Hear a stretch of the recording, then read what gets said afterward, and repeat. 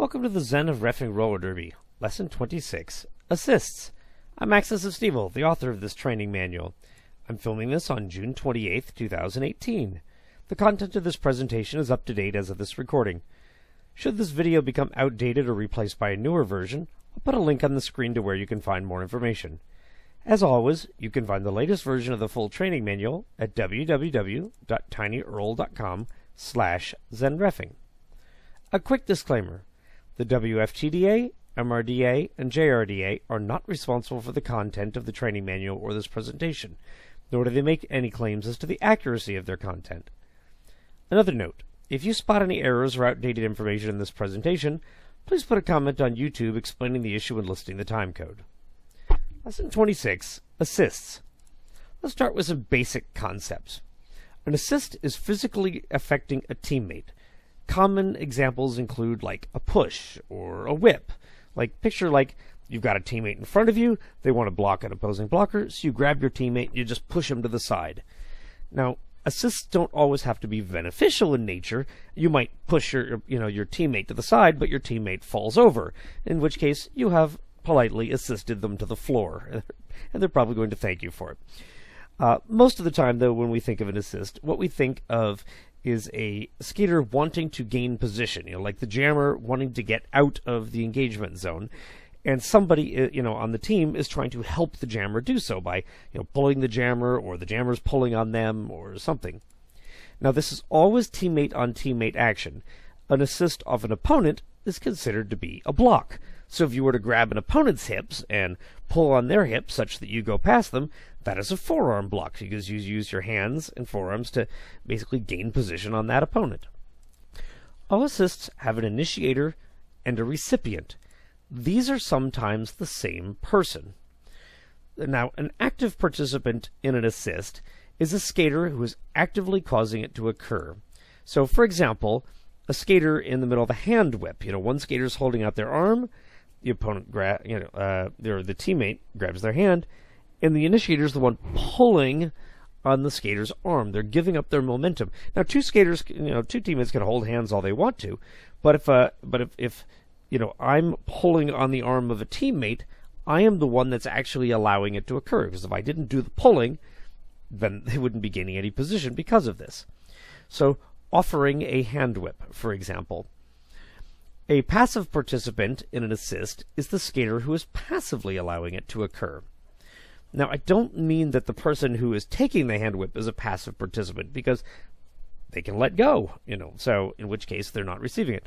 But for example, if I reach out and I grab the hips of a teammate and I pull on their hips so I can pass by the teammate, then my teammate is the passive participant. Now, the assist couldn't exist without them. I need them because I'm drawing upon their momentum, but they're not actively doing anything to occur.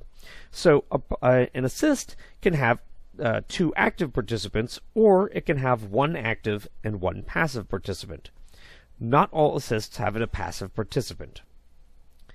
Now let's explain a little bit about what legal and illegal assists are. Now first, the verbal cue is illegal assist.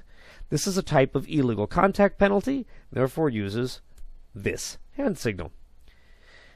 When we're judging legality, we're judging the initiator on the assist on the same way as we would judge the initiator of a block, meaning the initiator of the assist must be upright, must be fully in bounds, must be inside the engagement zone, and must be either moving counterclockwise, what we typically think of as derby direction, or perpendicular to the track.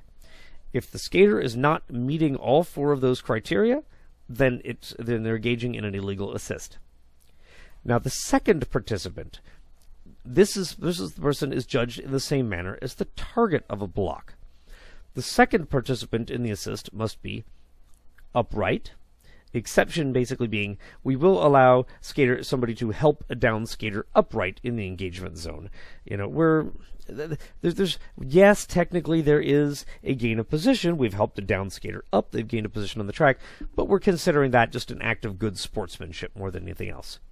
And by the way, notice that that's a skater in the engagement zone, because if two blockers are out of play, I want that one getting back into the engagement zone. I don't want that person stopping and helping up a teammate. But the second person in assist must also be straddling the track or fully in bounds. Think of like the target of a block. They can be straddling the track as well. So as soon as they're fully out of bounds, then that would be an out of play block or out of bounds block. We don't allow that.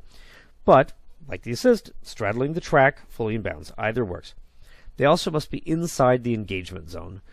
So now you might be thinking, well, what about jammers? Like, couldn't a jammer help? And that's the thing. We stop right there because we're like, couldn't they help who?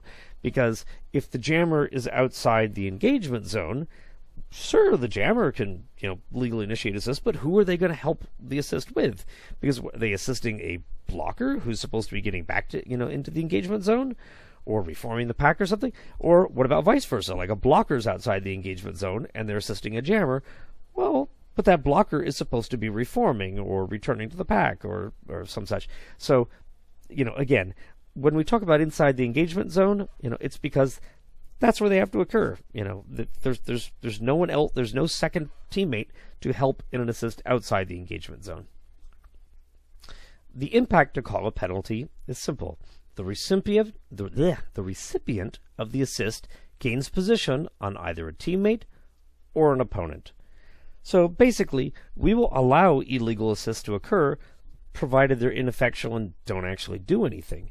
But as soon as a skater engages in an illegal assist that that actually causes some sort of impact, gets that skater past an opponent, gets the skater past their wall of teammates, so, some sort of impact, there, then yes, then that is sufficient to issue the penalty.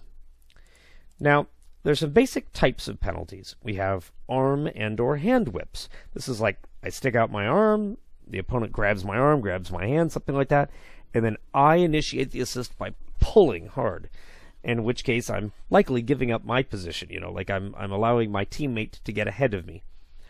That, of course, would be the gain of position, so I'd better be in bounds, upright, etc. when I'm doing this, otherwise that's going to be the penalty.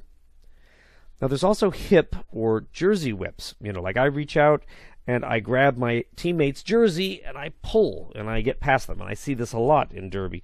Normally they might try to grab the hips, but sometimes one of the hips is out of reach. That'll settle for grabbing their jersey, and they'll pull, and the skater then, ideally, from their perspective, gains position on that teammate.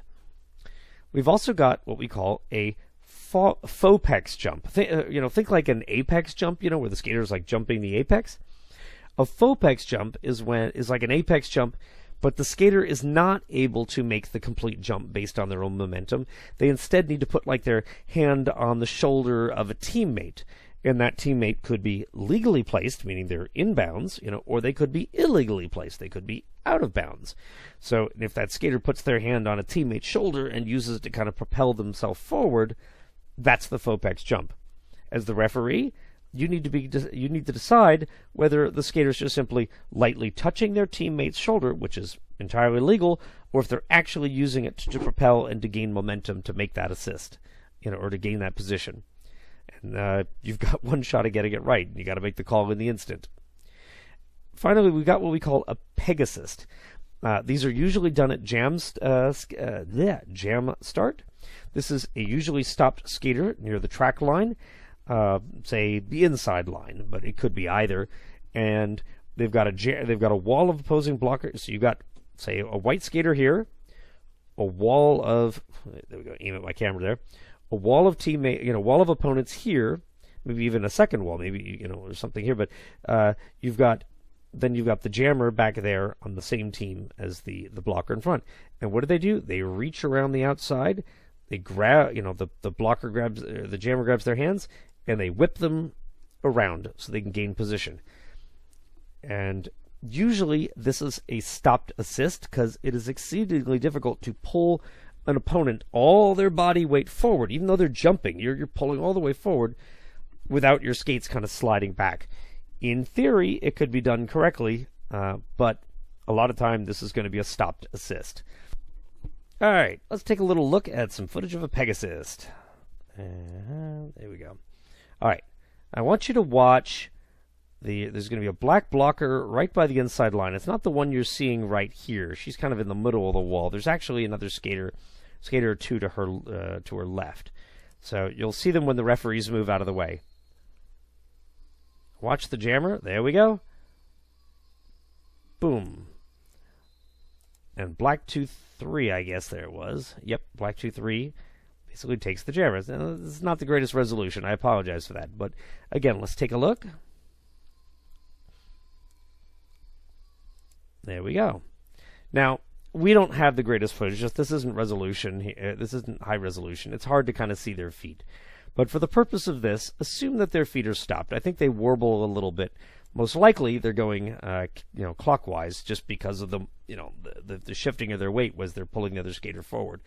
But indeed, if they're stopped or moving clockwise and they pull that opponent forward and the opponent has gained position on the entire opposing wall, that would be a stopped assist penalty. Now, mind you, that's still a pretty good, move on the jammer's part. The blocker takes a penalty, but the jammer gets through and is probably going to get lead jammer, so it may be well worth doing.